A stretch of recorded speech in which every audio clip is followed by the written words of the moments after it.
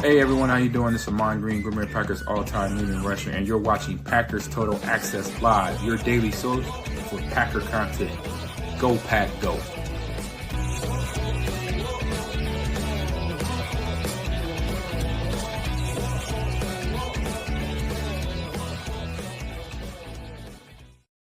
What's up, guys? Welcome into Packers Total Access. My name is Clayton. You can check us out on packernet.com. Find me on Twitter at Packers_access. Joined alongside Tim in Green Bay. We got Jacob in Wisconsin here to talk some Packers today. We get the first injury report for the Detroit Lions game. Excited to dive into all that. We'll give you all the injury updates as well. We got a new power ranking that we're going to hit on from Fox, NFL on Fox, I should say. Excited to see what everybody in the chat thinks about that. We'll have like I said, the expanded injury report. I think it was good news, guys. I want to get your all's take on it. And of course, if we have time, we'll dive a little deeper into the Packers versus Lions matchup as the line has shifted again. We kind of covered it earlier today, but in case you guys and gals didn't tune into the morning and then the afternoon show, we'll give you guys all the update on that as well. Before we do that, though, if you would do that YouTube stuff for me, hit like, hit subscribe. If this is your first time tuning into PTA, welcome. Thank you for making us a part of your evening. We're not experts here. We're not insiders. We're not media members. We are fans just like you in here talking Packers on the daily, doing film breakdown, pregame shows on game day, postgame shows on game day, in-depth analysis, the whole 9 yards, just hanging out with a bunch of Packer buddies talking ball. So that's the plan. If that's the type of content you're looking for, make sure you hit subscribe, click that bell icon so you're notified every time we do go live. Gentlemen, how we doing today? It's good to be back in the saddle talking ball with y'all. Yes, sir. We're almost there, baby. Sunday's around the corner. Yes, sir. Yeah, I don't know about you, Tim, but it was about a high of 65 today in Wisconsin, and it's just absolutely perfect. And I think tomorrow's it's not even going to get above 60. So this is my kind of weather, my type of year. Feels like football's in the air, gentlemen. Yes, Did you say 65? I was waiting for 65%. 65%. That's what we love it. I seen Titletown. They tweeted out a picture too, where it was like you could see Lambeau in the background, but it was blurry, and the focus was on these just a couple of leaves on a tree, and you could see green leaves with it, and there was just a couple of them that were turning red. I'm like, let's go, man. Let's go. Tim, you've seen it firsthand. The trees they have over at Titletown are beautiful. They're the kind that flash bright in the fall. They couldn't have picked those out any better, man. For sure. All right, let's get into it, boys. Let's start with the power rankings. This is from Ralph Vacchiano from Fox NFL. And I know there's a lot of people don't know who that guy is, but here's the guy. I know there was many people that were surprised to see the Packers above the Lions on this list. I'll explain why I'm not that surprised, to be honest with you. And it doesn't mean that the Packers are going to beat the Lions Sunday. It does mean, in my opinion, that they've closed the gap or potentially surpassed them. And if you're thinking, well, Clayton, if they're better, why don't they beat them on Sunday? I think they can beat them, but any given Sunday, man, that's what makes the NFL king. But let's go through it here. Number 1 in the power rankings, the Philadelphia Eagles. Number 2, the Baltimore Ravens. Number 3, the Kansas City Chiefs. Number 4, the Buffalo Bills. And at number 5, our very own Green Bay Packers, with the Pittsburgh Steelers coming in 6th, Washington Commanders 7, the Cincinnati Bengals 8th, and then the Detroit Lions in the 9th spot. Rounding out the top 10, you've got the Los Angeles Chargers. And I know many people kind of, like I said, look at that Lions being at number 9. My take on that, guys, is real simple. If you look at how they ranked last year, and now you look at the difference in where these teams are currently, let's zero in on the Packers and the Lions. Why would the Packers be significantly better than the Lions, or at least, ranked in the top 5, while the Lions will be sitting in the 9 spot? Well, who did the Lions add to their roster this year? Can you think of anyone that's like, oh, well, they added them? The one that comes to mind for me is Tyleik Williams, right? And I know they added a few free agents, but they also lost some free agents. They added a corner. What was the corner's name, Jacob? We were kind of high on him. I think he came from the Jets. What was his name? Was his name Reed? I think it was, right? Was it Reed? Yeah. Yeah. So there's one that they added, obviously. Now, I think they lost the corner as well. But Tyleik Williams being a first-round pick, more of a nose tackle. He can play 3-tech from Ohio State, but he's more of a nose tackle. So, okay, if that's the addition and the subtraction there, their 2 top defensive tackles are both injured. right? So if we're looking at the power rankings going into week 1, you've got to take that into consideration. This isn't here are how the teams rank when they're healthy. This is currently right now, and it's very fluid week to week. Now you look at the Packers. Who did they add? You added Nate Hobbs. Of course, he's banged up. There's a chance he won't play week 1. So let's kind of toss that out the window, right? Aaron Banks is at practice looking like he's good to go for week 1. So there's an improvement over Josh Myers as you kick Elton Jenkins to center, who is back at practice as well. And then, of course, you go and add Micah Parsons, and no big deal there. So I don't see how anyone can look at this list and go, oh, that's crazy. The Lions are better than the Packers. I can see how someone would think the Packers have surpassed the Lions to this point. But again, Tim, they got to go out there and do it on Sunday, man. It don't matter what these rankings say. If you don't show up to play ball, the worst team in the league can beat you any given Sunday. Yeah, that's so true, right? No bad players, only good and great players in the National Football League. And, your reputation from the year before may precede you, but it's a new season. It's a new time. I do think it's fair that, there's 2 NFC North teams that are in the top 10, and it's the Packers and the Lions. The other 2 teams in our division have no business being in the top 10 going into the power rankings. So I think, one could argue you might even swap maybe Buffalo and Green Bay. You might swap the 4 and 5 spots.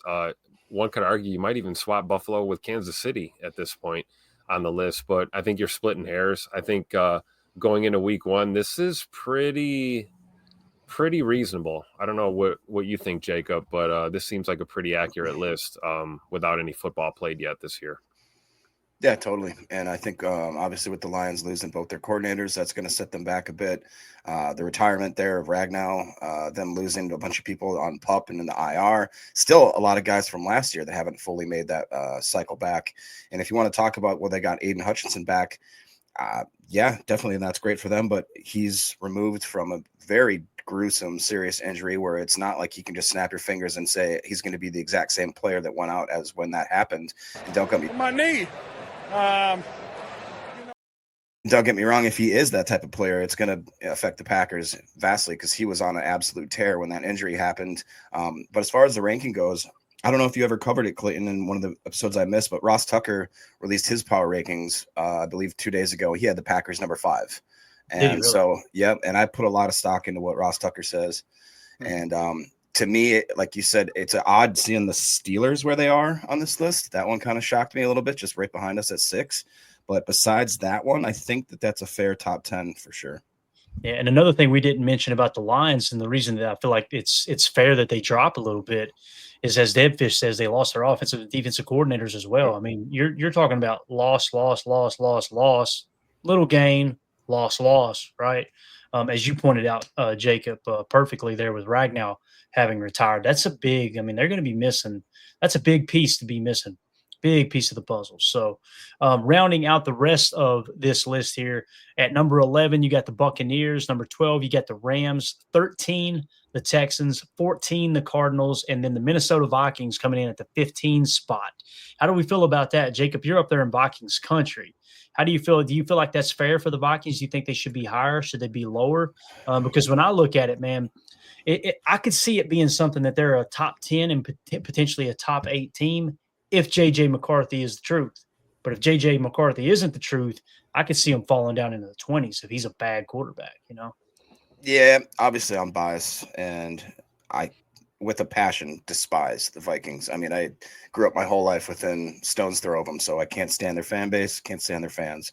That being said, I think 15 is giving them way too much credit at this point. J.J. McCarthy hasn't shown one snap of NFL football, real NFL football. And a lot is riding on that kid's arm and whether or not his ability is going to shine through because, I mean, the Vikings, they really, from where they had in what they had in their quarterback room last year to now, they completely revamped it. I mean, they lost Danny Dimes, which is crazy. They lost Sam Darnold. I think Howell's still on the team as a backup. I could be wrong there, but they completely, I wouldn't call it a rebuild, but if you lose the quarterback position in all intents and purposes, it kind of seems like it was a rebuild. And the decision for them to move on from Darnold, we'll see if that ends up biting him in the butt. How he does over in Seattle is going to be interesting to see. But right now, I think that 15 is too high for where the Vikings are. But just like J. Cole was going to say, their defense is going to pull them out of some hot water. Yeah, Yeah, I agree with that. I think 14, 15, and 16 are kind of interesting on the list because any of those could probably leapfrog each other, right? I mean, one could argue that Denver should be a little higher on the list than even Arizona or Minnesota at this point. And then you look at, Baker and the Tampa Bay Buccaneers, you got the Rams and you got the Texans. I think those are accurate. But 14, 15, and 16 look like they could maybe flip, 1 or 2 spots each, right? Yeah, the 49ers are another team too, guys. I would not be surprised if they're one of the better teams in the league. Now, I know they struggled last year. They were banged up. It seems like that's always the story with them. But going back to the Vikings point there by J. Cole, he makes a great point, guys. I mean, this was an excellent defense last year. Passing defense, they were in EPA per drop back minus 0.03, and I believe that was tied for – actually, that was third best in the entire league in pass defense. So that's something that's going to keep them in the mix as well. CJN says Vikings front seven is elite. Their secondary is suspect. So I think what CJN's saying here, the reason their EPA per drop back was so good was have more to do with the front than the secondary.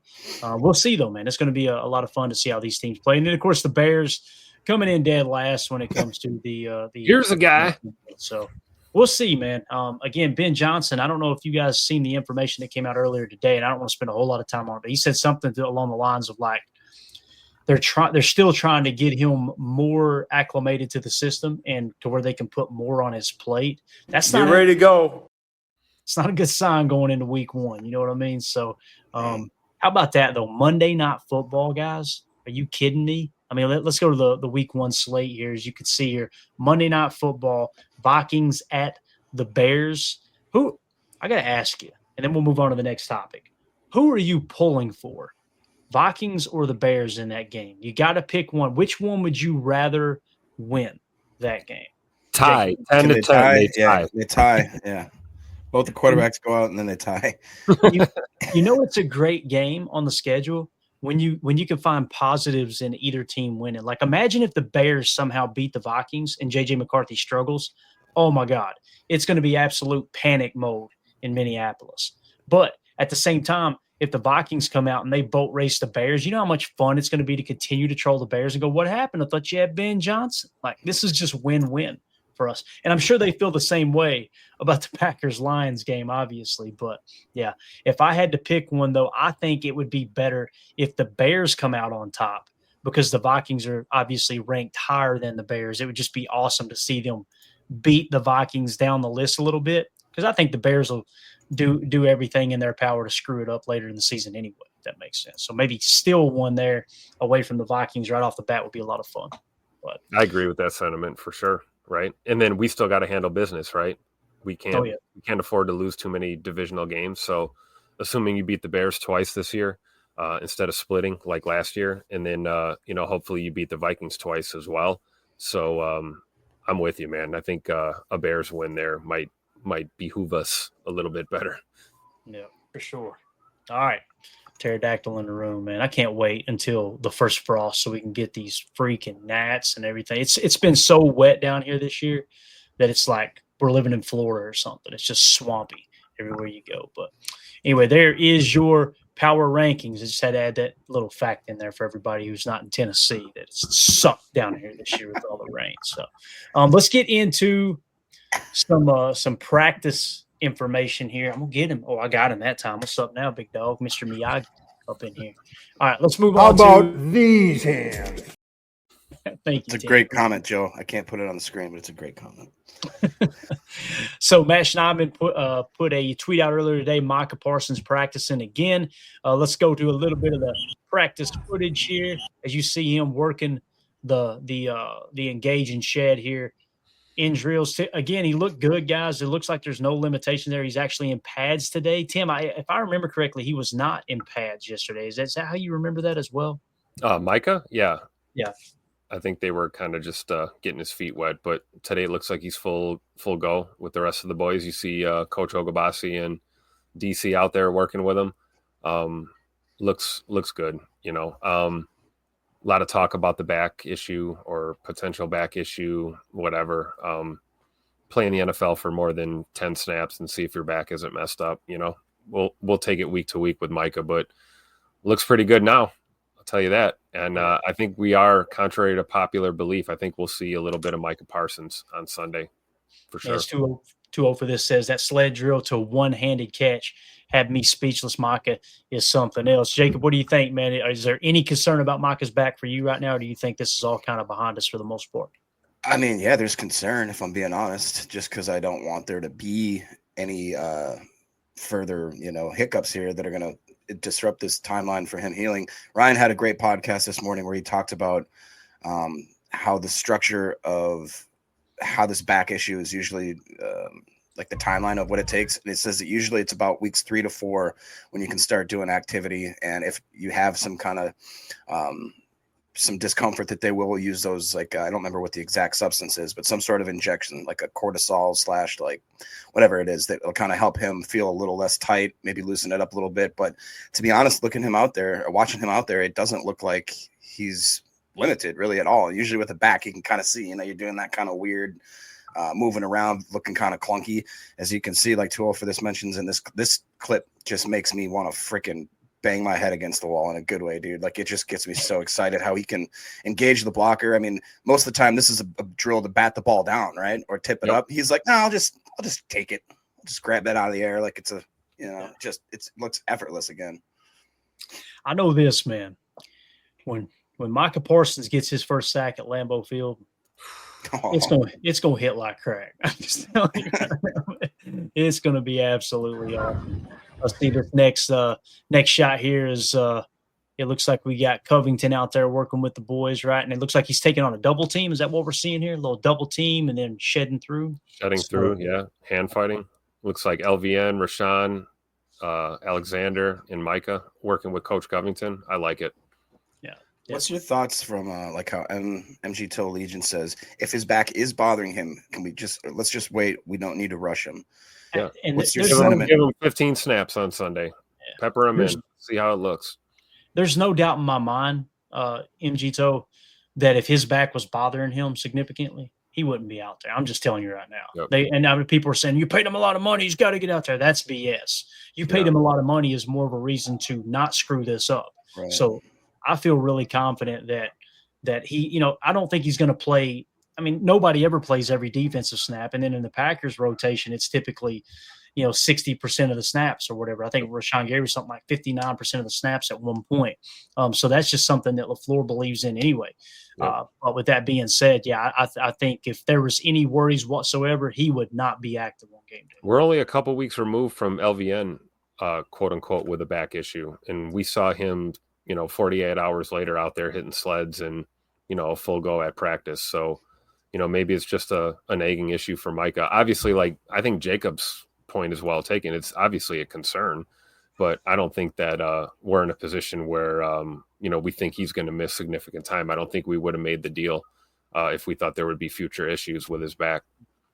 Yeah, I completely agree. So Wes Heikowitz talking earlier here on X said Matt LaFleur on Micah Parsons' availability for Sunday. So Coach LaFleur said, quote, "We'll see. He's doing everything in his power. He's rehabbing hard. We got to get through a couple practices and to see how he responds. Certainly hopeful." So that's what LaFleur said. So again, get him through a couple practices and then check it out tomorrow, right? And see, okay, is it tight? How does it feel? Do we feel good? All right. If it is a little tight, let's rest him and see how he feels going into game day type thing. If it's not tight, then press him in a little bit more, right? Continue to get work because he hasn't practiced. That's the reality of the situation in Dallas. And you do want to kind of get ready in football shape, so to speak. I think he looks like he's in great shape though, personally. So I'm not overly concerned with that. You guys got anything to add to what Coach LaFleur said there, Jacob? Does that worry you at all, the way he worded that, or do you feel pretty good about it? I feel all right about it. It was a little disconcerting, just the way that he wasn't like full bore. Yeah, he's ready to go. And that's what we want to hear. But, this is a decent question here from Biz1987. Says, do you think the staff is trying to get him straight into the playbook or saying just cause chaos for the first couple of weeks and we'll add schemes in accordingly, basically kind of get him slowly in the actual X's and O's of everything. But in the meantime, just rely on his raw power, his raw ability to just go in there and, to screw things up, let's say. I think I would answer that as yes and no. I think the staff is trying to get him straight into the playbook. I think Micah's a student of the game. We talked about his FBI. I don't think Hafley and this staff is going to just throw a guy out there and say, hey, rush the passer, 10 or 12 times, and we'll call it a day. I think they're doing everything they can to get him ready to go week one. And if they don't feel like he's ready to go, whether it's, schematically or physically, then they may restrict him or hold him out. But I don't think they're just going to cut him loose and say, hey, go out there and run around with reckless abandon. I think they would want him to be at least as acclimated to the scheme as he can be for only being here for, these past few days. Right. Yeah. And one of the comments that was made too, I want to say it might've been Bill Huber. Someone reached out to, what's his name? The former head coach of the Minnesota Vikings, who went on to be a defensive coordinator in Dallas for Mike McCarthy. Zimmer, Coach Zimmer was praising Micah Parsons' football intelligence. Like, this dude is sharp as a tack playing defense. So with that being said, I don't think he'll have any problems picking up the defense. So like you said, Tim, I don't think it'd be something they just throw him out there. All right, just go rush the quarterback and then we'll get you back on the sideline. I think they're looking to maybe bring him on a little bit slower than other guys that are probably in the second and third phase of some of the adjustments they're going to make as the year goes on. But I think he's going to be ready to go with very, very limited limitation, I guess you could say here. So respect oranges. I want you to visualize the quarterback is Jerry Jones. BCA. Got his inner Bobby Boucher going. Exactly. What do you think? Speaking of Bobby Boucher, Emilio, you've seen him firsthand at the Redneck Brawl. I was surprised he made it out there, but I'm glad he did.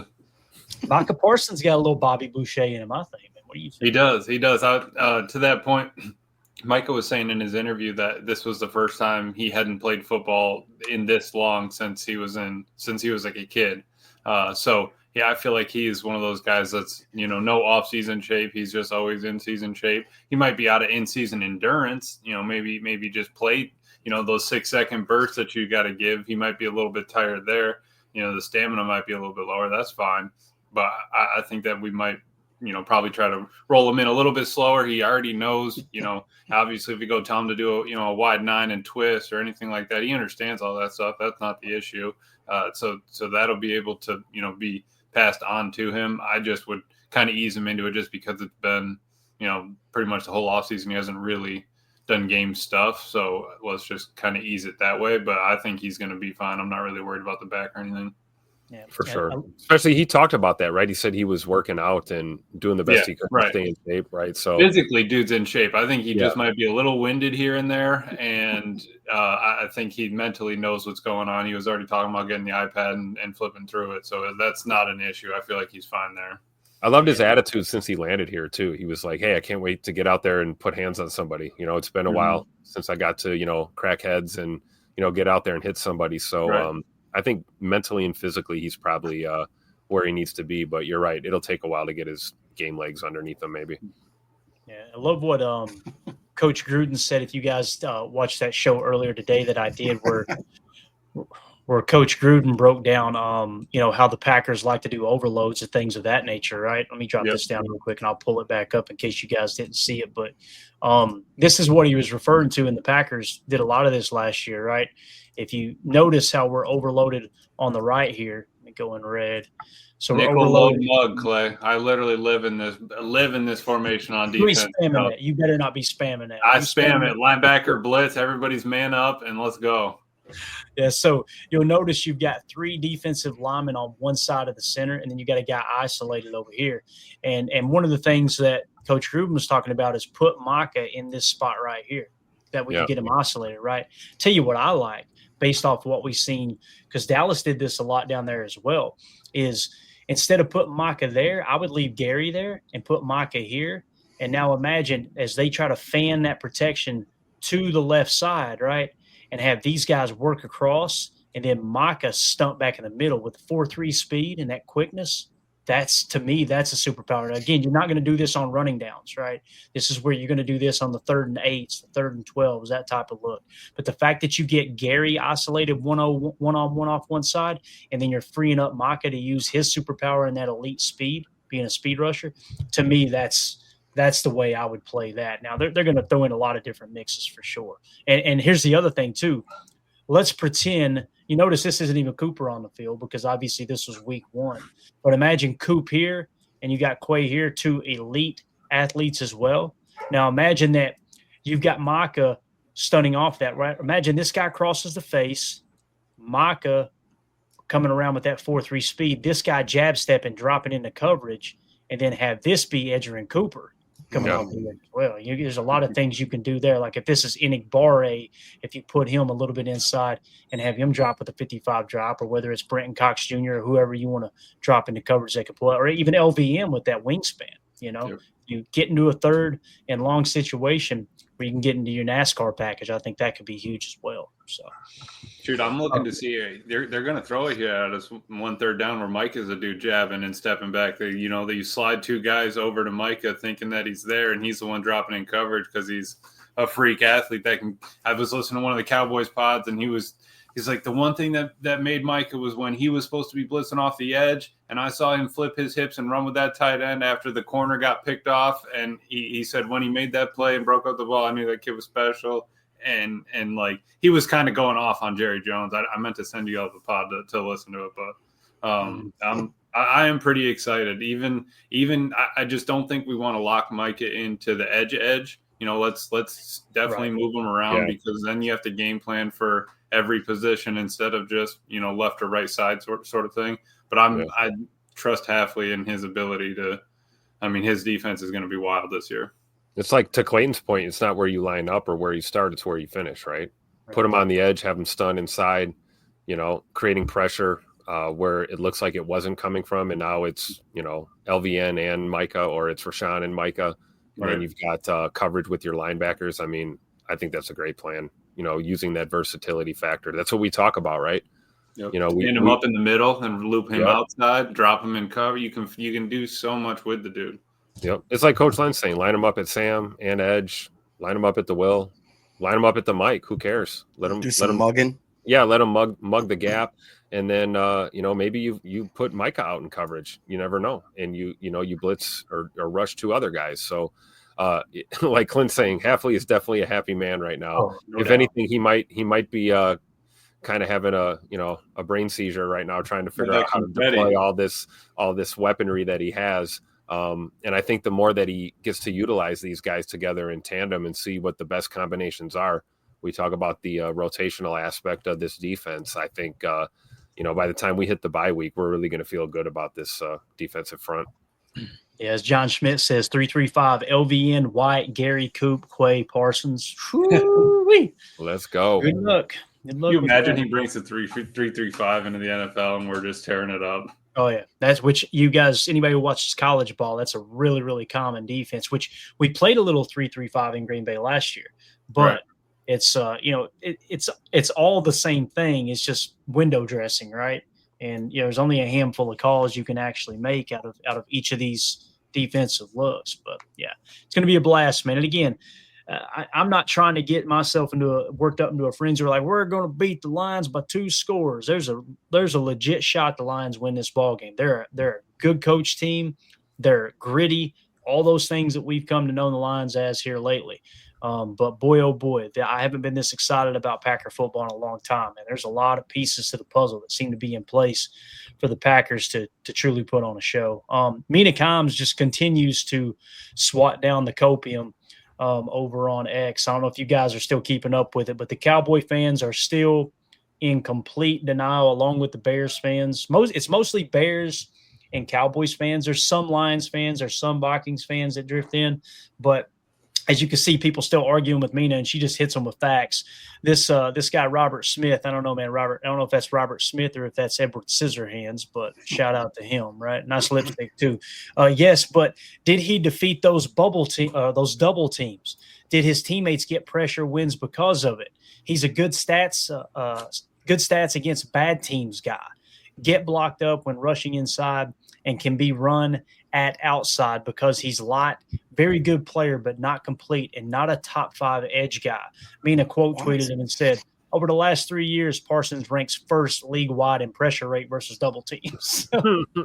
Facts don't care about your feelings, Dallas. Sorry. Sorry, my man. It's just like what Coach Gruden was talking about earlier. And, I want to address something real quick. I told myself I wasn't going to do this, but we're going to do it anyway.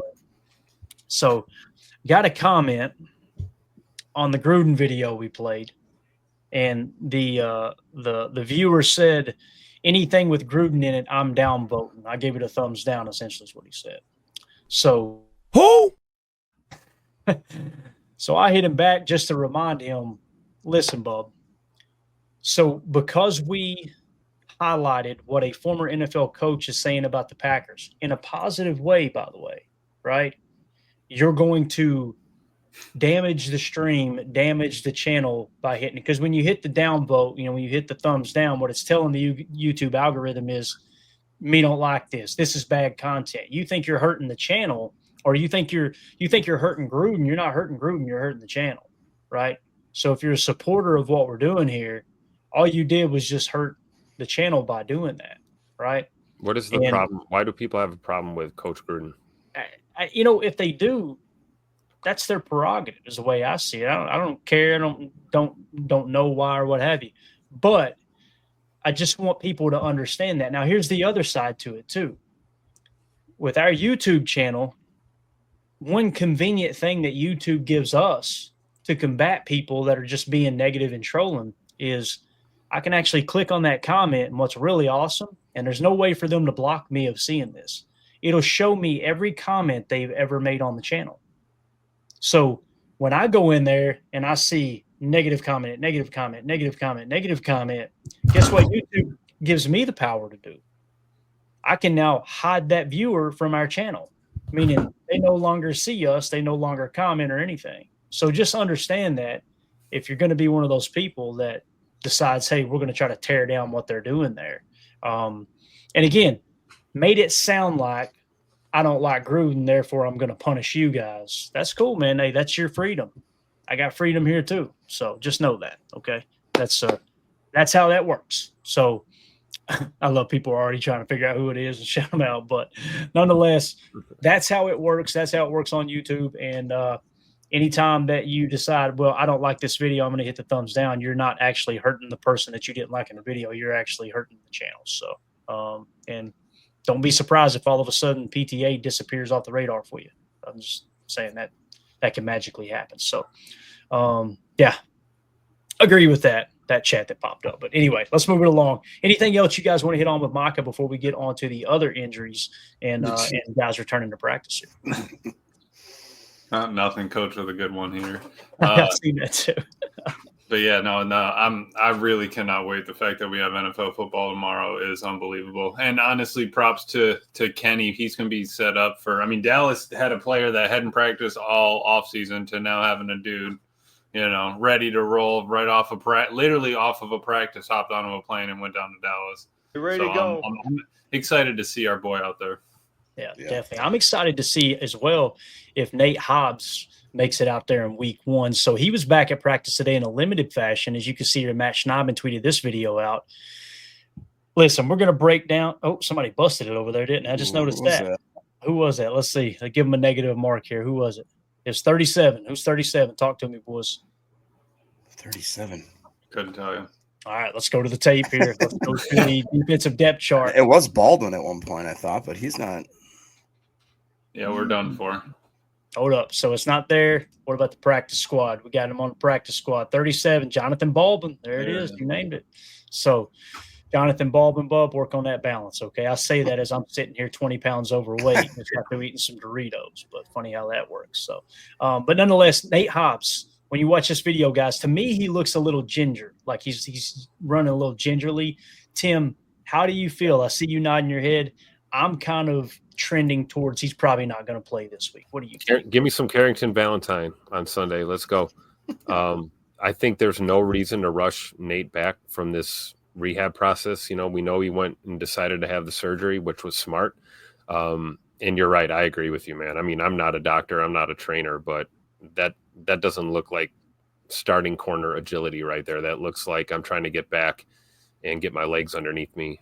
It is good to see him out there, kind of mirroring the drills and running with the guys again. At least, they've cleared him to do that. And, the process is, going forward. But he, just based off this little bit that we've seen, I wouldn't run him out there on Sunday.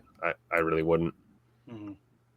What do you guys think? Jacob, Emilio, how do y'all feel about this? You think he's got a shot to play week 1, or do you think we sit him?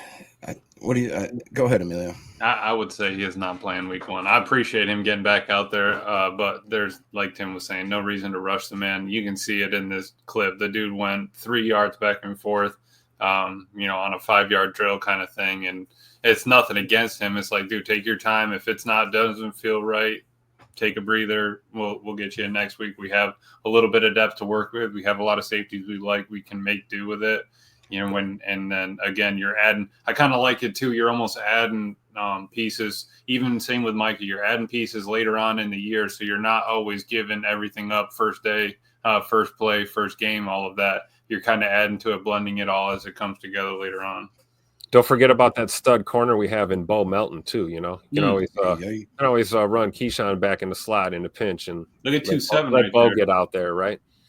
Bo. Wouldn't that be so fitting that Bo Melton gets a little playing time on Sunday and he gets a pick 6? How awesome would that be? I would lose my mind, man. Schlechter sucks. Not an insider, of course. He's I think this is one of the people that got the other day by the Who? CV and Nixon outside, Bull in the slot? ?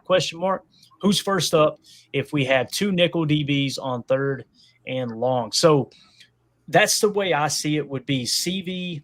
Carrington Ballantyne and Nixon on the outside, Bull in the slot. Yep. So if for some reason, whether a safety get banged up or Bullard leaves out of the game, I think you'll probably have to go to Nixon in the slot and then bring someone else in on the outside. What do you guys think? I'm going to pull it up here because, again, we were showing on our depth chart for the longest time as the backup slot corner being our boy Kalen King, who's no longer on the team, right? So with that being said, who do we have in the slot here? Nickelback. So they don't show anybody. So let's try to cipher through that real quick, man. Keyshawn Nixon, right, would be probably the backup slot to this point with Nate Hobbs being out. I mean, it wouldn't be Carrington. He's strictly an outside guy. I don't think you put Bo Melton in there. Honestly, Bullard and Nixon are your slots, right? Yeah. Is Hobbs still out though? That's what we were just talking about with here. I'm kind of expecting Hobbs. So if Hobbs is still out, I would say it would be Keyshawn, Carrington outside, Bull, and Evan Williams in the slot, or maybe Catan in the slot. There you go. And Evan Williams, and if we're running dime, right, then you got Evan Williams and X out there. And I don't think that sounds horrible, to be honest with you. However, I think we just uncovered kind of a weak spot on this roster right now. One of the very few weak spots right now, Jacob. What do you think? Do we get a Micah Robinson activation maybe? Yeah, but that's the thing. Do we see Micah as a slot? You know what I mean? I don't know if I see Micah Robinson as a slot. That's the thing. Chad Eakes is like an extra boundary corner if you got to tie up, Keyshawn in the slot with Bullard. That gives you a little freedom if you activate another boundary guy. That's true. Chad Inc. says put Micah in the slot. Dude runs a 4.340. Talking about Micah Parsons. So he said Preston used to be cornerback one. So, them old Joe Barry days, right? Exactly. All right. So, yeah, that's just interesting. That's an interesting conversation. I'm glad we kind of uncovered that because it does look like if Nate Hobbs isn't available, I think it's going to have to be Keyshawn Nixon. And then at that point, you bring Bo Melton in off the I don't know. Did we ever see Kamal Haddon in the slot? Because he plays pretty physical, I felt like, in tackling. I don't know, man. Jacob, I was just going to say, I thought I remember him playing slot live at that game for, I think, a good solid quarter or two. So maybe that might be the break glass in case of emergency. My only thought is that they have more faith in the safety room than the corner room. So you would max out at running. I mean, your 3 corners are, Hobbs, Keyshawn, and Carrington. After that, we're sparse. You have 4 safeties you kind of really like, and then you still have Zane, and you still. I mean, I feel like, and even still, you could probably honestly run nickel still and be fine, and just have Coop cover somebody or Quay cover somebody. As long as they still have a tight end out there, you could still run, your dime looks out of nickel and be fine with it. Or you drop X into the slot as an emergency, right? I feel like it'd be Williams that would be quicker to do that, but X played closer to the ball the majority of the time, especially in the second half of the season when teams just stopped throwing deep. We just started putting him in the box and putting Evan back there at post safety.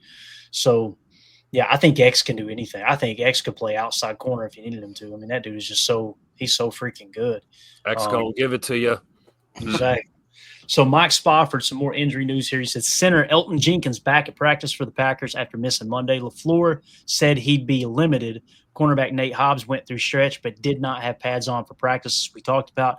And then wide receiver Jaden Reed also not practiced. And some people, fan base seemed a little split. Some people seem to think that's by design. Keep resting him. Don't try to put too much pressure on that Jones fracture on his foot. Other people are going, hold up, now he's trending backwards. I don't know how you guys see it. I think I would lean more into this is precautionary. I mean, we kind of expected. I didn't expect him to go out there.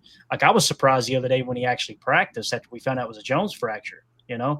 And then I expected more of this with Jaden Reed just kind of taking it easy, practice, make sure you're going through the walkthrough, all that stuff. But, hey, don't put any extra pressure on that foot. He knows the offense, right? Yeah. We know he's the best receiver on the team. Statistically, the last 2 years, you know what he's capable of doing. If there's anybody that can afford to miss a little bit of practice, I think it's him. And the other thing, too, not being out there with team drills and stuff, you can still work the jugs machine, right? So, yeah, I agree. I think you hold him out, keep them limited during practices, and use up all that gas in the tank on the game day, right? And then hopefully get through the game and let him rehab, let him work his way back for the following week. I don't think you're worried about Bird missing, significant practice time. Like you said, he knows the offense. As J. Cole says here, I think Reed should have gotten the surgery. I can understand that opinion. I know I've seen other fans that were talking about that as well. The problem when you decided not to have the surgery is everybody was banged up in the wide receiver room. So, I mean, if he has surgery, and we don't know if Dontavion Wicks was going to be back because of the calf and so on and so forth. Remember, you guys remember too, Romeo Doubs had a little bit of a back injury, I believe. And then we were worried, all right, was that a concussion? What happened there? Because he kind of dropped out of practice after hitting the ground.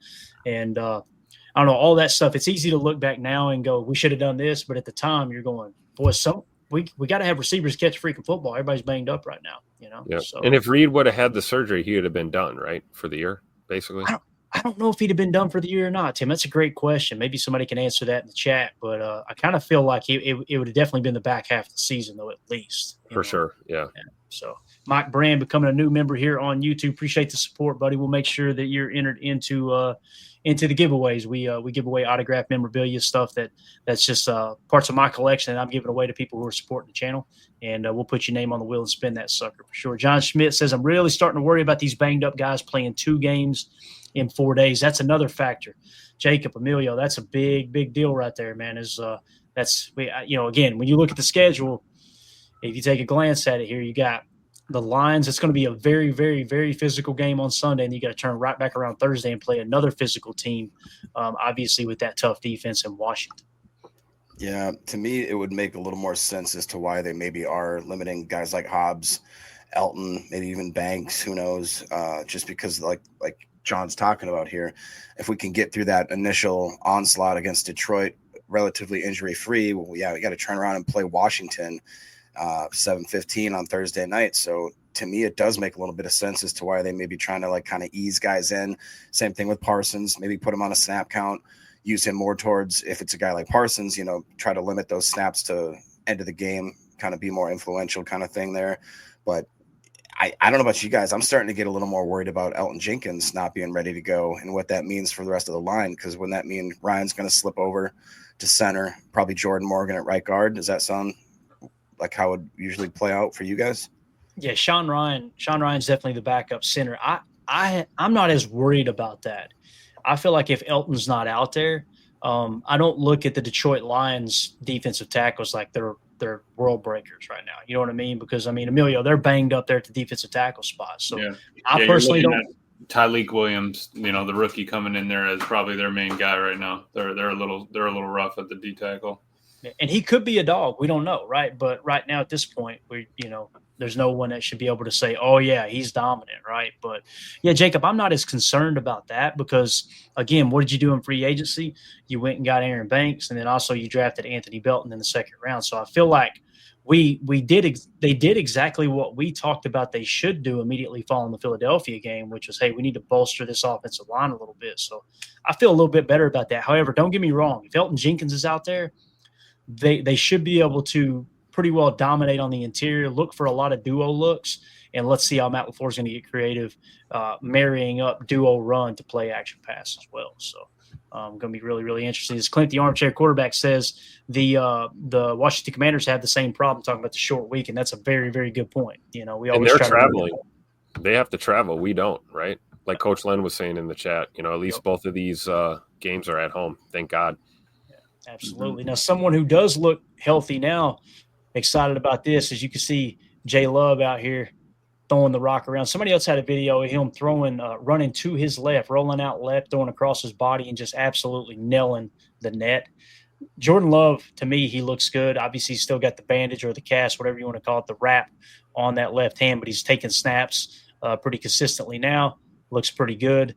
I think we're going to be fine there. And again, this is the type of game that you don't want to go out there and try to wing that thing around 40 times, 50 times. I think let's press into the run, try to play with the lead. It's how they should have played the Lions last year. Tim, you were right there in-house for the rain game. And I'm telling you, man, we were way too aggressive trying to throw the football in that monsoon. They should have stuck to the run. And I remember at halftime going, the Lions are literally just letting the Packers beat themselves. They're just kind of playing it conservative and leaning on them a little bit. Lo and behold, you get the pick six. I believe that was in the middle late, if I remember correctly. You lost the turnover differential and the middle late. That killed the whole game right there. That pick six, that was it right there for sure. With Jay Money, too, looking at the wrap on the left hand, clearly it's amenable at this point, right? It looks way less invasive than what he had on his hand a week ago. So I think it's just him getting used to that. And I think he's going to be fine. But I'm with you, Clay. Hopefully on Sunday they run that old, Malik Willis game plan with Jordan Love under center, right? Let's run the ball. Let's run some RPO looks, and take your shots when you can. But the thing that killed us last year against the Lions was trying to force that ball down the field. And, Kirby Joseph and the boys just kind of ate it up all day long. Yeah. Jacob, what do you think, man? You concerned about Love here? You think we're good to go, man? You think this is pretty much behind us here, man? I'm pretty confident in Love. I'd say I think he's maybe around 90% of what he should be. I like what is it Biz 1987 says, I want to see Love run more, be smart, but run. I think even Jordan Love admitted that last year he didn't feel comfortable enough with the groin, with the other injuries that he had, to really use that mobility, which limits his game, I think, a ton, because he is, he's not Patrick Mahomes back there, but he's definitely not a pocket, doesn't need to be a pocket passer. He's got some wheels, he's got some moves, and he's got every single arm angle that he can use to get the ball to where he needs to. It's just him being a little more confident in his body, in those legs. So right now I'm pretty excited with where his progress is. He said too that come week one, he's not going to be limiting how he's handing the ball off either. It's going to be full go. He plans using that left hand and not kind of shaking things up that way. So I'm excited about it. What do you think, Emilio, when you're on the sticks, man? How would you get Jordan Love more involved with the running game in terms of scrambling? Would it be RPR, RPO? What are you thinking, man? A little bit of RPO. If we can get his back turned to the ball a little bit and him feel comfortable with that, I like it. You have Josh Jacobs. You feed him early in the first. You kind of open up the rest of the game. That tape job is kind of fresh, though. I would probably run that thumb tape if I created a quarterback and was just taking them through, trying to road to glory it. It'd be kind of a clean look. But he's I think he's going to be fine. We can turn left and right handed to Josh, bring in a little motion, keep the defense honest, try to work the defense horizontally with speed, see what Matthew Golden's got. I don't think Love's going to have to do as much work as we think. We have a lot of guys that can spin it after he gets the ball to them. So I don't want him to take seven step drops and, like you were saying, try to hum it 40 yards downfield every other play. We don't need that. Yeah, yep. I like what Chuck Jagger said here too. Screens and duo, take a few play action looks. The screen game, man, that's something that Josh Jacobs was a damn good receiver last year, man. Very, very underrated catching the football. So that'd be another way to kind of neutralize that pass rush, drop a couple screens in early, a couple slip screens, maybe on the opposite side of our boy Aiden Hutchinson. That's going to be very, very interesting. So Biz 1987 says RPR ? If you're asking what an RPR is, it's a run pass run option, which if you know what a run pass option and what an RPO is basically you come to the line and there's a pass option and a run option in the same play, meaning you put the ball in the belly of the running back, and you've got a conflict defender that you're reading. It might be the slot corner, it might be the will backer. If they bite on the run, you pull the ball out of the belly and throw the ball, whether it's a lookie on a slant or it might be a bubble screen or a smoke screen, that type of thing. You've got a run pass option baked into the play, and it's not you're making the decision pre-snap. 99% of the time, you're not making the decision pre-snap. Now, with an RPR is where you're getting into a run pass option, same thing applies. And then as you pull the ball to throw with the RPR, you may have something baked in to where the lineman will stay put, make sure they're not beyond the line of scrimmage, and then you roll out with the quarterback to where you've got an option for the quarterback to then run after he reads downfield. Most of the time, there's not a bubble or a smoke attached to that. It might be a lookie, and then work your way into taking a peek at a dig. And if they cover the run and they get back on the pass, the quarterback now has an option to run the ball. The Philadelphia Eagles ran RPRs all year last year. It's what is referred to as the six-back offense. From a defensive standpoint, it's all a numbers game. You've typically got five targets that you've got to cover, right? And what that means is you got the running back and 4 receivers, or the running back, 3 receivers and a tight end, or the running back, 2 tight ends, 2 wide receivers, so on and so forth, right? So you've got 5 guys that you've got to account for. You don't have to worry about the quarterback. You don't have to worry about the 5 offensive linemen, right? So you've just got those 5 you've got to watch for. With the RPR, it's also known as the six-back offense because you now have 6 guys you've got to account for. Most defenses don't even account for the quarterback. They're trying to rush the quarterback, and then they're covering the 5 guys going out in the route. But if the quarterback has the option to run after reading the defense, that's where you typically, again, it's all about numbers. It's all about staying +1 with the hack count. And if your quarterback is uncovered, that's the RPR look, the six-back offense. Hopefully that explains. And again, nobody's saying Jordan Love is Jalen Hurts or Josh Allen or anybody like that, right? We know he's not that style of runner. But if you mix in some RPR, they did a lot of that his first year as a starter, and that's why you've seen Love out on the edge running a lot more. Couldn't do it last year, and that's why, again, I continue to praise Matt LaFleur because, man, he didn't have that option with Love when Love was in the lineup. And it also explains why when Malik Willis came in, it was a little more dynamic because he wasn't facing a knee injury, right? Malik Willis was clocked at damn near 20 mile an hour running football. So I had a question for you, Clay and fellas. Do you think, regardless of game plan or personnel deployment, do you think we'll see a variance in how often Jordan's under center versus shotgun or pistol with that thumb issue on the left hand? Do you think we'll see less under center and more him taking pistol or shotgun? I want to get your all's take on that, but there's something that kind of piqued my interest earlier today. I heard Jason Wilde say that Jordan Love said he's going to continue to hand off with his right hand even to the opposite side. Now, he didn't specify if that's just in practice or in the game, but that when you hear that, Tim, it does make you think it might be somewhat limited early because of that thumb. What do you guys think? Jacob, Emilio, what do y'all think about it? I did not hear that, Clay. So, I mean, that doesn't worry me. I think that maybe he's just trying to protect it as much as possible. I almost think – I mean, yeah, you could catch it. I feel like you could still jam it even off a shotgun catch, though. If you catch it wrong, I would almost think he might feel a little bit more comfortable under center because if you're putting your 2 thumbs together and kind of opening it like a jaw or whatever, so you're able to kind of control it. Maybe put your right hand just in front of it a little bit, protect it a little more. So maybe the first couple games we see him under center a little bit, but a little bit more. That's I guess I didn't really think of it like that. And I didn't hear that he's still handing it off right. I don't. Yeah, and he didn't specify, Jacob, whether it was just practice or not. But as Jen Wright says, Love said he can hand off left-handed but needs to get his strength back. So it sounds like they're just kind of playing it safe. Does that make sense? So. Yeah, that's what I heard, too, in the interview that they released today on Packers.com. Ron Sanville says he heard the opposite as well. He said he can hand the ball off normal. That's what I got from the interview, but who knows? Cool. Things can happen in the meantime to kind of make things swell up a little bit or become a little more uncomfortable. But right now, I think I'd rather, like Tim's point, I think I'd maybe like to see him more in some shotgun sets, pistol sets, but I'm not a doctor. Get Big E to snap that ball right to his right hand, right? You just right. catch it and throw it, right? For sure. One point here before we get to the injury report, Hardhead72 said, hopefully nobody takes the blueprint, control Parsons in the playoffs in 23. We made him disappear. You know what that blueprint was, Hardhead?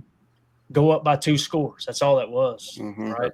Every pass rusher is going to be neutralized when you're playing from 2 scores behind and the other team starts to run the football, because now you've got to key in on the run more, and that opened up more pass where they could really go down the field. I feel comfortable saying this.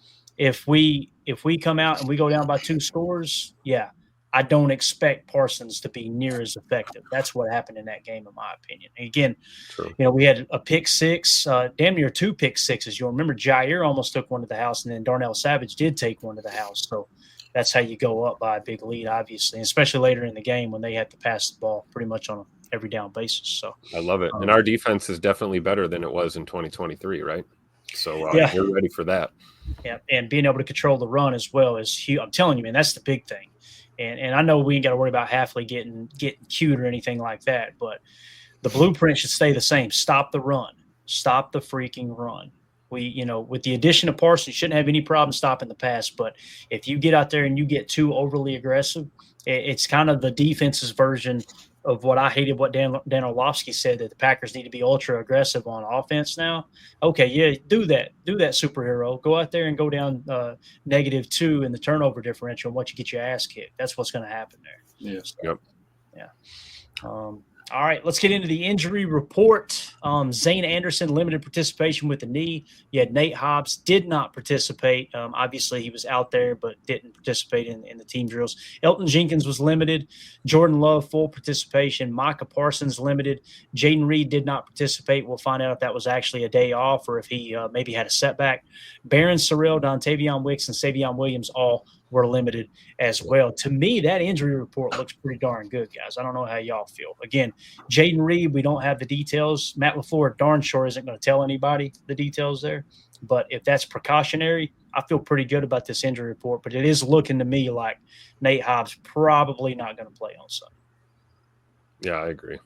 I mean, look at Jaden Reed. I would think he's going to be did not participate or limited throughout practices for at least the first part of this season.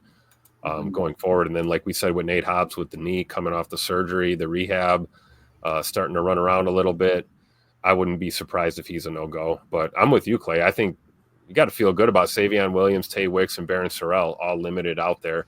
More than likely going to play at least some way, shape, or form on Sunday.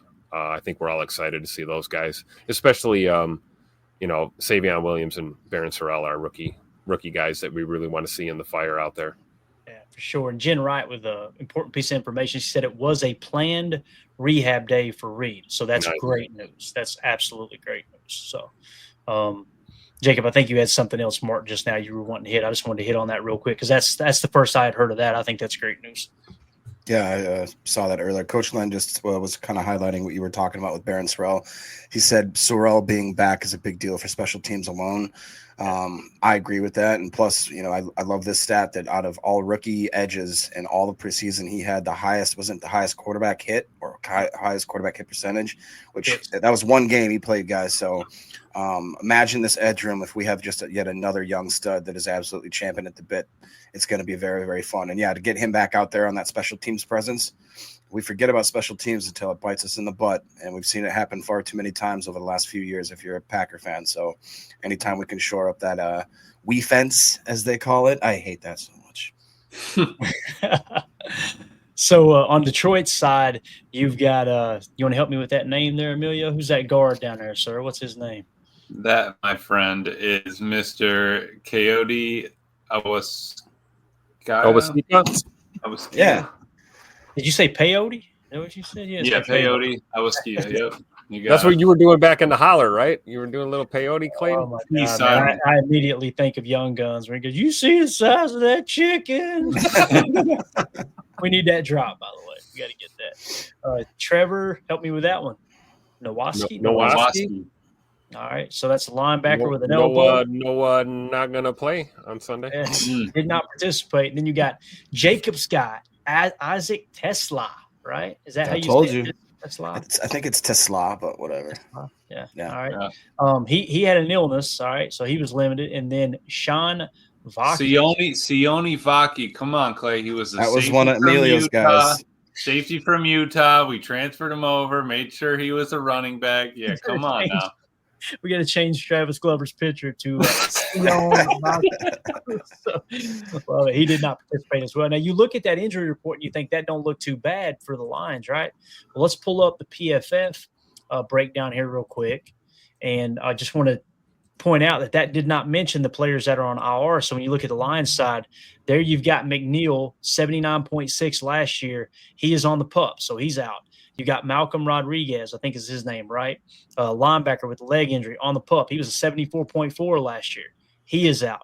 You got, say it for me, Emilio. What's this one? Ozarike, is that right? Yes. Yeah, finally got it right. Defensive lineman with the leg, PUP, 70.2 last year. He's going to be out, right? And then, of course, you got Pascal with edge defender, NFI, and then the other guys that we had mentioned there, obviously, on the list. So I point that out because you look at that injury report and you think the Lions are in good shape. Guys, they're missing their two top defensive tackles and one of their better linebackers as well. So just got to kind of keep that in mind as well. So anything else you guys want to hit on in terms of the injury report before we get ready to wrap this big bear up here? Good. No, I don't think so. I mean, Tay Wicks hopefully is Let's good see to here. go. Yeah, that's the one that's a little weird. That was a calf injury as well, right?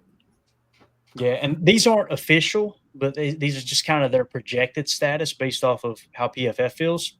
Yeah. They have Wicks listed as questionable here. That's good. So Better than doubtful, right? We'll take absolutely. that. Especially considering with what I look right to Dontavian Wicks when I look at what Jaden Reed's dealing with. I'm assuming Reed's going to be week to week to week to week. Probably have a setback here or there, but trying to stay available as much as he can. Hopefully Wicks is, good to go and can, kind of carry the load until we get, guys like Scoot back and stuff like that.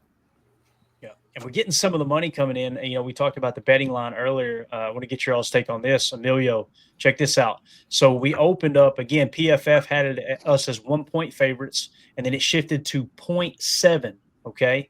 And then PFF ends up coming back to the point mark.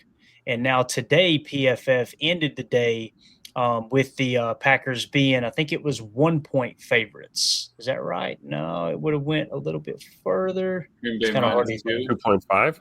Yeah, I think they finished at 2. Yeah, the PFF projection is now 2, so they're now 2 point favorites according to PFF. However, the market opened up with them being 1.5 point favorites, and it is now shifted to 2.5 point favorites. Now, when you look at the money here in terms of the spread, 76% of the money is on the Lions, 79% of the bets are on the Lions. Okay, so that means the majority of the public, both the overall money and the tickets themselves, have the Lions taking the Lions +2. Okay, now guys know you can look at this one of two ways. You can look at that and go, oh boy, sounds like public's pretty confident in that. Well, guess who their opponent is? It's Vegas, right? So the fact that the public is so heavy on that, typically when you get the public really, really heavy on a bet, the smart gamblers will take a step back and go, okay, there's a reason for that. Now, what, maybe we need to look in the opposite direction. So when you look at the money line, which is just winning outright, 73% of the money is on the Lions. That's the overall money, but the slips themselves, a bet percentage, 51% is on the Packers. So 3 of the 4, when you're looking at it from a betting standpoint, seem to think the public is real heavy on the Lions, whether it's the +2 or just winning outright. I want to get your all's thoughts on that, and then we'll go ahead and wrap up. What y'all think? It's exciting. I just where this team's coming from, I think we have a battle here. Like Matt was saying in his presser, it all starts in your division. You have to take care of the 6 games that are coming every year. And right now it starts with the Lions this year. Right? We got to show up. They got a good team, different coordinators, everything we've covered. You've had all offseason to prepare for them. You're probably throwing in a little bit for Washington right now too. But you've been ready for Lions week 1 for months and months and months and months now. So it's time to just put it all together and get out there and play. But I'm liking that Green Bay's pulling a little. Yeah, Jacob, in terms of the overall power ranking here from PFF, they've got the Lions 5th, the Packers 6th. It's going to be a close. Yeah, it's pretty incredible to think that. I mean, Goody and LaFleur deserve so much credit for getting this team in the position that they're at now. Earlier in the day, when we did another shorter video, didn't we kind of agree that even if that's at minus 2.5, home team usually gets that 3-point advantage. So basically, right now we're kind of looking at a wash, and that's kind of what this game feels like to me. I'm not going to make any bold predictions or nothing, but I feel weirdly confident. Usually at this point of the season, I'm sweating bullets. I'm already puking my guts out. I'm so nervous. I have a weird calmness going into this game, just even with some of the injuries that, was it an ideal offseason? No. Did I wish that we could have a lot more continuity and guys get more reps together? Absolutely. But at this point of where we're at, I just feel confident going into Lambeau Field 325 when it's 65 degrees, first game of the year. It just feels right. And I watched all the interviews with the guys. I'm sure Emilio did today too, about how special it is going to be when they walk in that stadium. Their piss is going to be so hot. I mean, it sounds like that they're. Yeah, our guys better wake up with their piss hot, like I said before. So. You're supposed to get that checked. Yeah, I know. I'm going to wait till after the game, Emilio, because we're tacking in fuel. I don't know. I'm not a doctor. No, just the guys. They seemed like that in years prior we were stagnant. We were almost like very unenthused. The fact that we are now playing the opening game at home, which actually I had highlighted a comment. It was the first time I believe that in Matt LaFleur's career that he'll start the game with a home game, which is insane. I think that's true. If somebody wants to verify it in the chat. It's 100% true. I've been waiting a long time for a home opener. Yeah, it's definitely true. So, nothing better than the home opener, man. For sure. If anything, to that point, I not to push back, but just kind of the counterpoint, I would be telling our guys, hey, let's be hype, let's be tuned up to play, let's have the piss hot, but let's play under control, and let's not be too overly anxious and try to do everything and at one time and get ahead of ourselves and make mistakes early. I think I'd like to see our guys hyped up and confident, but playing poised out there, right? Yeah. Controlled chaos. Exactly. And Clayton, like you said about the matchups, I've been screaming boat race for weeks now. 35-10 or 42-17 Packers. But the more I look at the line in these matchups, and we did the PFF breakdown the other day, and I think you're right. I think it's going to be a little closer than I was willing to admit, but I still think the Pack gets it done at home. I love it. I love the optimism for sure. Too over this says, I don't bet because in the wide words of Creed Bratton, I already won the lottery. I was born in the U.S. of A, baby. Very well said. All right, boys. Anything else? I think we've covered it all, man. Y'all got anything else you want to hit on before we wrap up here? Just an interesting question from Deadfish. He says, do we want the Cowboys or Eagles tomorrow night? Cowboys got boat raced by the Eagles twice last year, 34-6 and 41-7. That's kind of like the Bears-Vikings game. If the Cowboys can get lucky and take a early season victory from the Eagles, I think that helps us all the more. Yeah, I was thinking about this earlier today because it's a hell of a game to kick off the season with. There's no two ways about that. I think I would like to see the Cowboys upset the Eagles. I think that would be absolutely awesome, me personally. And that the Bears fans will immediately come out like they have been and go, well, I told you Michael Parsons wasn't that important. That's okay. That's, let them say that, right?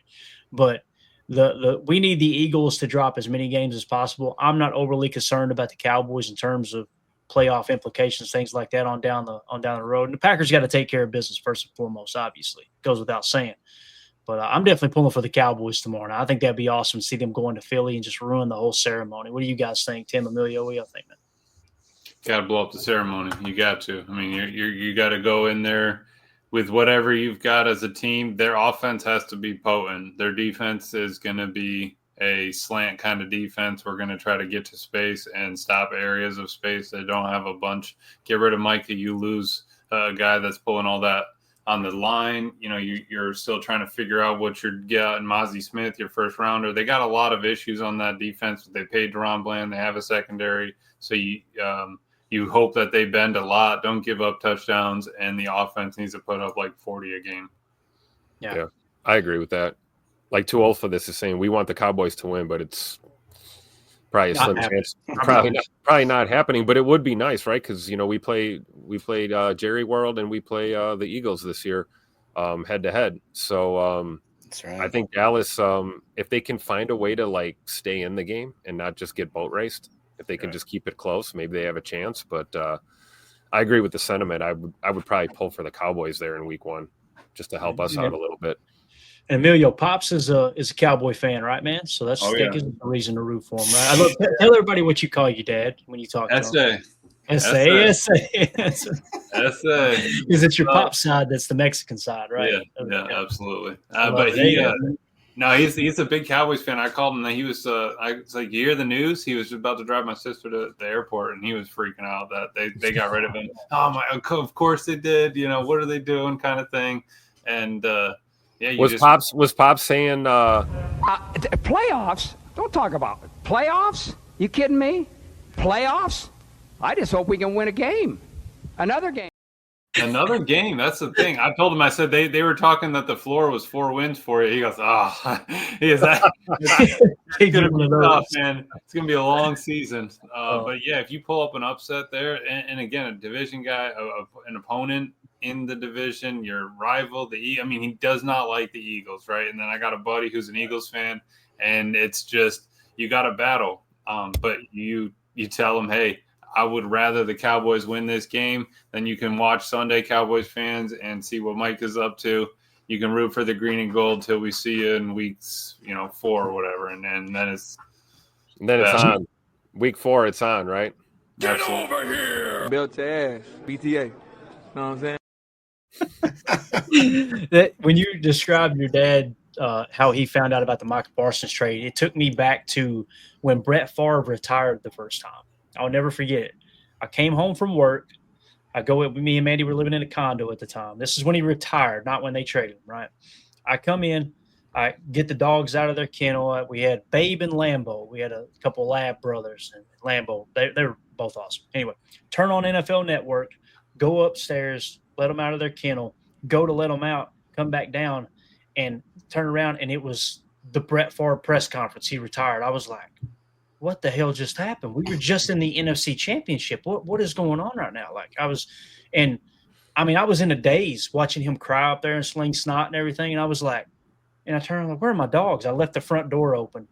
I literally had to go sprinting through the neighborhood trying to find my damn Labs. Here I come back across. I just found out one of my favorite players of all time is retiring, right? And I'm packing 200-pound Labs under one under each arm, trying to drag them across the parking lot. No leashes, no collars, no nothing. So I felt S.A.'s pain there, man. I'm telling you. You think God never farted? We got anything else, Jacob? Parting thoughts here, sir. Anything else? Just remember, Jen makes a good point. Mr. Josh Jacobs needs 126 yards rushing in this game to be the third fastest person in the modern era to 7,000 rushing yards. And I really hope that they get that. It matches well with what we want to do with the type of game plan that we hopefully are going into it with, being that we're a little dinged up in certain areas. It would be just beautiful if we could just pound the rock, give Josh Jacobs, just 150, maybe a couple tuds, to put him up in the third quarter, let Emmanuel Wilson go in there and just pound the rock for the rest. Just get him to 127 yards, right? Yeah. And a tutter. And we're good, right? I thought it was Jacob needed $126. I was like, for what, Jacob? What did you get yourself into now, bro? I'm telling you. Just give me the money. I'll tell you later, man. Gotta keep the lights on over at the office, man. I know what's going on. Are you kidding me? Now get him that 128 yards. Let him get to the podium and say, I put the team on my back, dude. CJN says, great to be going into the third season with you all, PTA, Posse, and crew. Hey, thank you, CJN. And I completely agree, man. It's been the most fun I've ever had watching football. Because, again, this is like, there's nothing better than hanging out with your boys. And I'll tell you, the ladies in the chat on this particular program that tune in, way smarter than the guys. I'm just going to be honest here. Jen in here dropping facts all night long on us. You know what I mean? So I don't know, man. It's just the thought of being able to get together, go to a sports bar, watch the Packers play with a bunch of friends. We get to kind of do that every single night and talk about the latest news. And obviously the post-game shows are my favorite, man. Even when we lose, man, we've gotten some of the best drops and some of the funniest stuff when we've lost. He can block drop came from the Steelers loss. Yeah. Yeah. Was it me and you talking about that, Tim, or was it Jacob? I can't remember. Bro, if you guys don't know, we need to go pull that whole clip because it was the Pittsburgh. They lost to Pittsburgh. Yep. We come in here. Tim is the best. Understand, as the host of this absolute train wreck of a show, I'm going in before I'm telling the guys, listen, guys, we're not getting in here being depressed. We got to have a good time. Everybody watching, they're as upset as we are. So let's get in here and try to look. We're going to talk about what went wrong, but we're going to have a good time. We're going to cut up and have a good time. We get in here, and Jacob's always, he's a nervous. Jacob, are you not a nervous wreck every single game day? That is correct. Yep. So that is correct. And extremely pissed off after a loss. Yeah. Tim was like this the whole show. and literally somebody posted a super chat that I feel like we're obligated to read, and it said, Christian Watson can't run a route. He drops everything thrown his way, and he can't stay healthy. What can he do? And I went. I literally paused for a minute, and before I could say anything else, Emilio said, he can block. I'm telling you. And play it again. Listen to the laugh at the end. He can block. That was me. I lost it. I was just like, probably not what you want to be known as or known for as a wide receiver. What are you talking about? That's my job. Hey, check this out. I think hell is frozen over because I see holy crap, a Bears fan that's not a psycho? I love it. Shout out to Antonio.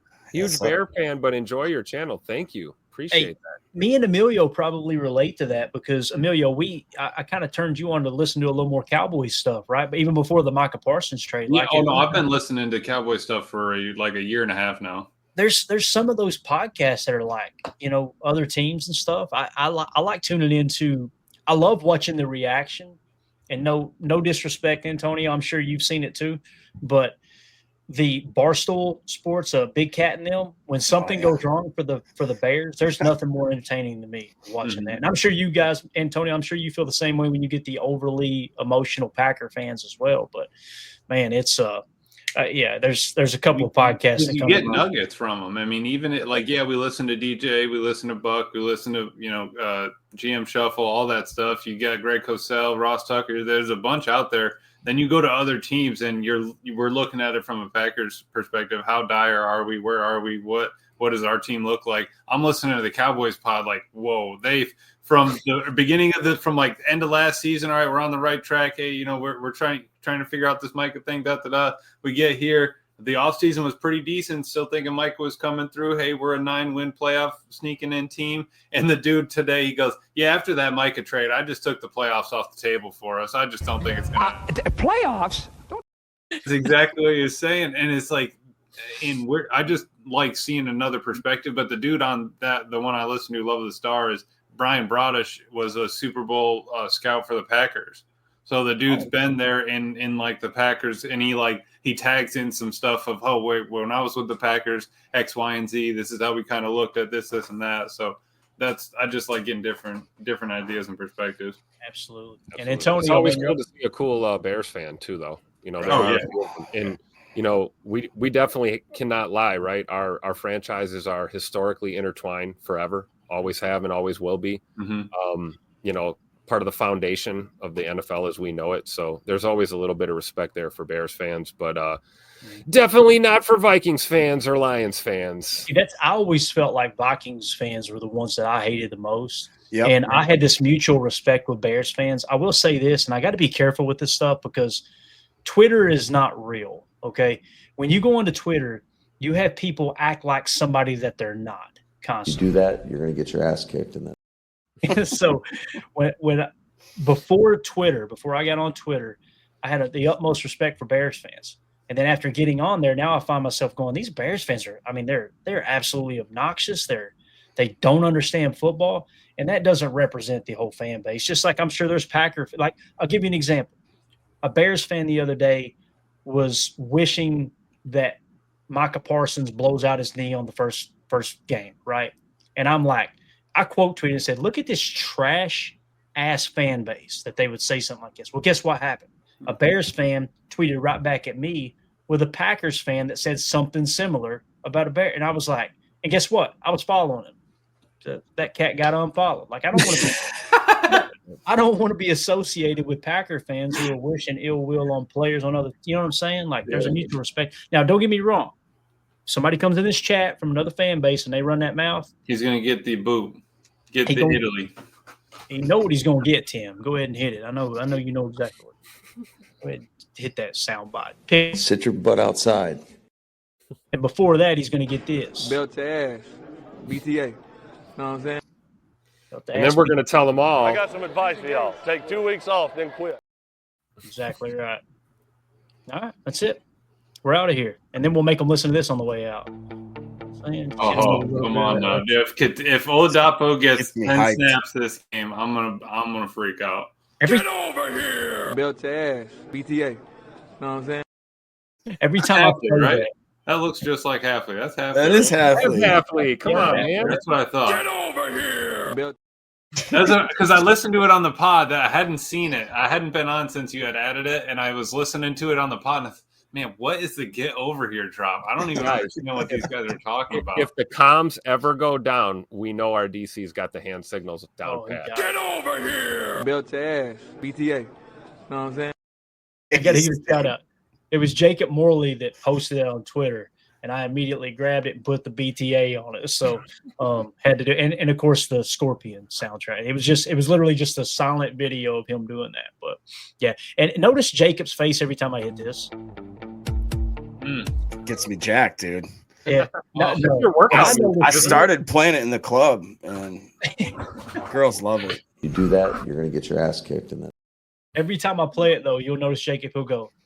He gets uncomfortable because he knows we're going to get hit with. I don't want to get a strike.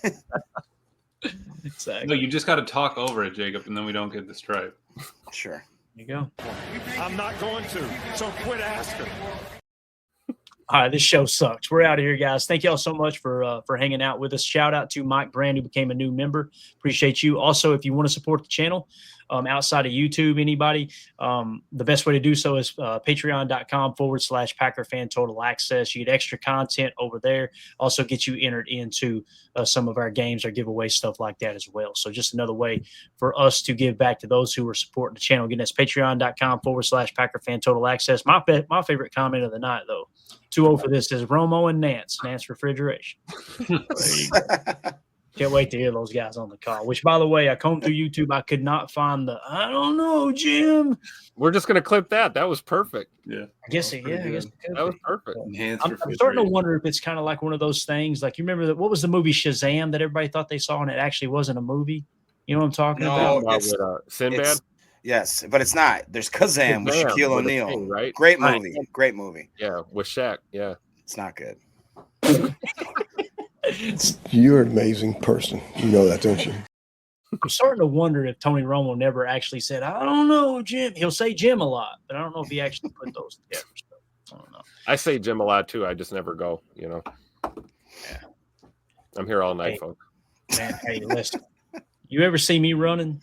You should start running, too, because I ain't doing it for exercise. You know what I mean? A client, Clay, an older lady client said that to me the other day. Is she really? Yeah, I was cracking up. Might be related to her. You never know. All right. Appreciate y'all. We'll see you tomorrow, 6:30 p.m. Central Time for PTA Live. Everybody have a wonderful evening. As always, let's go out and be the change we want to see in the world. And go Pack, go. Here we go. We're out. Bye, guys.